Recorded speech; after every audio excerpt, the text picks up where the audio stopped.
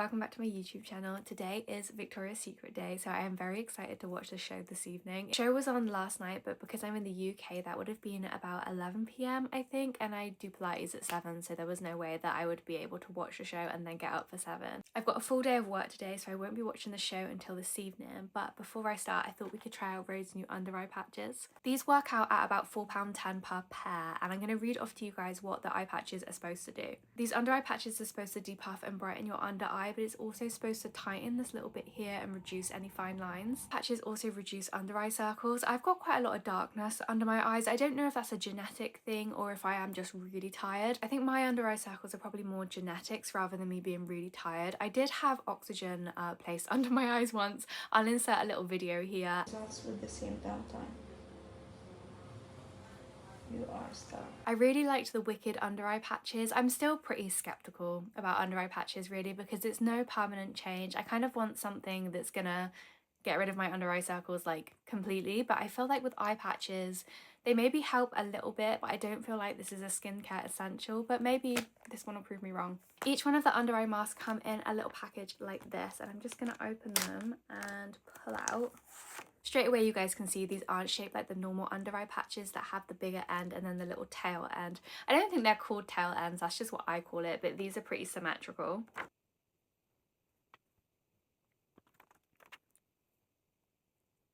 These feel quite gel-like.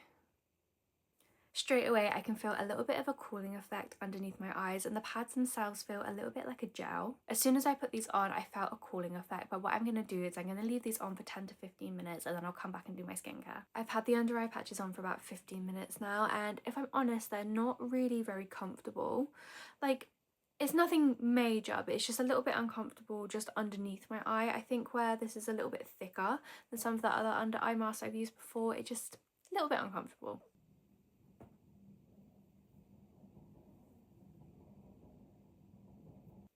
I'm looking at my eyes now and I can't really see much of a difference. I don't really suffer with puffiness under my eyes. I think these definitely have a cooling effect and I'll give them that. But in terms of like under eye creases or dark circles, I can't really say that it works. You're supposed to use these under eye patches 2 to 3 times a week, so that's going to work out like £12.50 a week on under eye patches, and I just feel like that's not really very sustainable. I quite like the Wicked under eye patches that I used last week, but again, like, it's nothing life-changing. Maybe I just expect a little bit too much from under eye patches. I really love Rose Glazing Milk. I used to be on their PR list and I don't really know what happened. I don't know if I've spoken to you guys about this before, but I was supposed to go to a Rhode event. I think it was back in October. It was just after I got married. My granddad ended up being really sick after my wedding and he went into hospital, so I ended up going back to my hometown and I missed this Rhode event. I did let them know in advance and they sent me some products out, which was really kind of them. But since then I seem to have been, I don't say blacklisted. Blacklisted sounds a bit dramatic, but yeah, they don't get back to my emails. They haven't sent me anything, which is absolutely fine because I really like a lot of their products, not the under eye patches. But yeah, it's a little bit weird. Sometimes that happens with PR places. I found that sometimes your emails will get ignored, or sometimes, yeah, like you'll have a relationship with a brand and all of a sudden they're just not interested in you anymore, and it's a really weird feeling. I'm always happy to be chucked off a brand PR list, to be honest. I mean, with Rhode it was a little bit gutting because I use a lot of their blushes and I really love the glazing milk as well, but I'm quite happy to be chucked off. Like, if I review something and I don't like it, that's what I'm gonna say. It is really hard to turn down thousands of pounds, but I would much rather use a product and recommend it to you guys that I actually love rather than making it up, because I always think if someone values my opinion and say they've got £20 left for the rest of the month and I recommend them a moisturiser and it's absolute garbage and they end up spending that last £20, I'd feel terrible. As well, some companies will try and get you to use photos that actually aren't yours. I worked with a company before and this was for a UGC video, and they wanted me to, I'm not going to say which part of the body part it was. They sent me a picture and they wanted me to say that this was my body, and it just very clearly wasn't. I responded quite quickly to that email, just in a nice way to let them know that that is illegal. I'd already signed the contract, so I couldn't really There was nothing I could do other than say I'm not going to do that part of the video. I haven't worked with this brand since because it seems to me like that's the kind of behavior they think is acceptable. I don't know, I think it's really bad. Like if you're using the before and after and it's not actually with the product, then I wouldn't shop with that brand. I think as well you have to know your own morals. I don't use anything that's tested on animals, and I was offered quite a big contract to work with, I think it was Essie. The nail brand, and obviously they test on animals, and I was looking at the money and I was like, oh, I'd really love, like, it was a good amount of money, and you know, I'm not like a massive influencer, I'm just a small content creator, and I still work my 9 to 5 4 days a week, and that money would have been nice, but I love animals. I cannot bear the thought of anything happening to an animal. I don't know if you guys can hear my cat Lily snoring, but I actually went cruelty-free because I got him and he looks a little bit like a mouse. Give you guys a little bit of a background on Lilybell. He was my first pet that I'd purchased myself. I'd had a rabbit before, but obviously that was like bought for me. It sounds really weird to say I purchased an animal, and I thought really long and hard about whether to get a cat because they live for a long time, and it was after my rabbit passed away, and I thought, do you know what? I love animals. I'd love to have my own cat. I did have another cat at the time, but that was very much my grandparents' cat, and he very sadly passed away at the beginning of the year, and he was adopted, and that's what put me off getting another adopted animal because he was mean. I loved Edward with all my heart, but he was mean. I ended up getting this little white cat who was called Lily, so I thought Lily was a hearing girl cat and he was actually a deaf boy cat, so love of my life, I love Lily.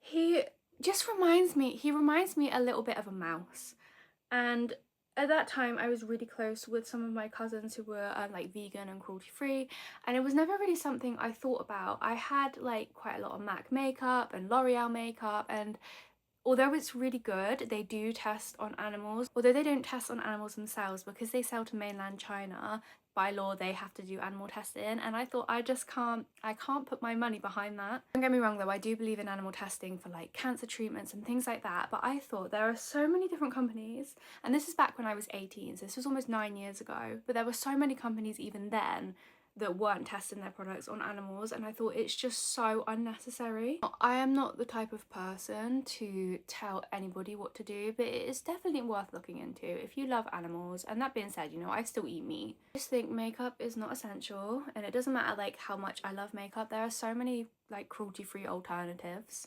Something that I did as well when I did go cruelty-free is I didn't bin all my animal tested products, I just used them up and then I didn't repurchase them. I feel like there's no point in actually wasting the makeup, and I feel like a lot of people don't realise what goes on in animal testing.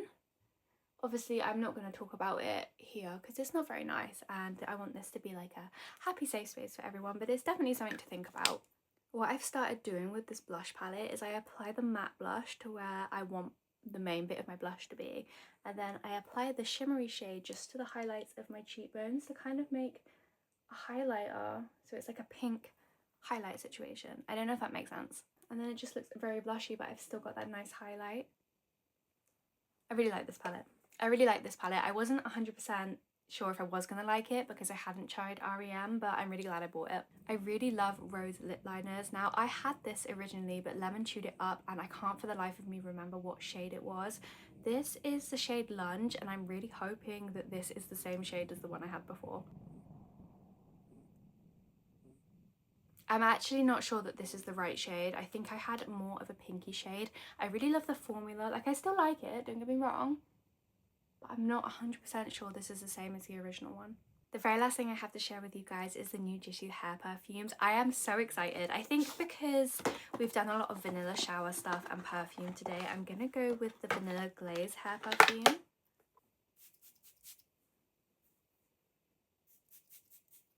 These are both in the scent Vanilla Glaze, but I feel like the lips smell very sweet. Like, you get that birthday cakey vanilla smell, but with the hair perfume I feel like this is more of a vanilla sandalwood kind of scent. I love both. I think I lean more towards the sweet vanilla, but a lot of my perfumes are that more sandalwoody vanilla. But I'm gonna go and head to work now, and then I will see you guys for the Victoria's Secret fashion show.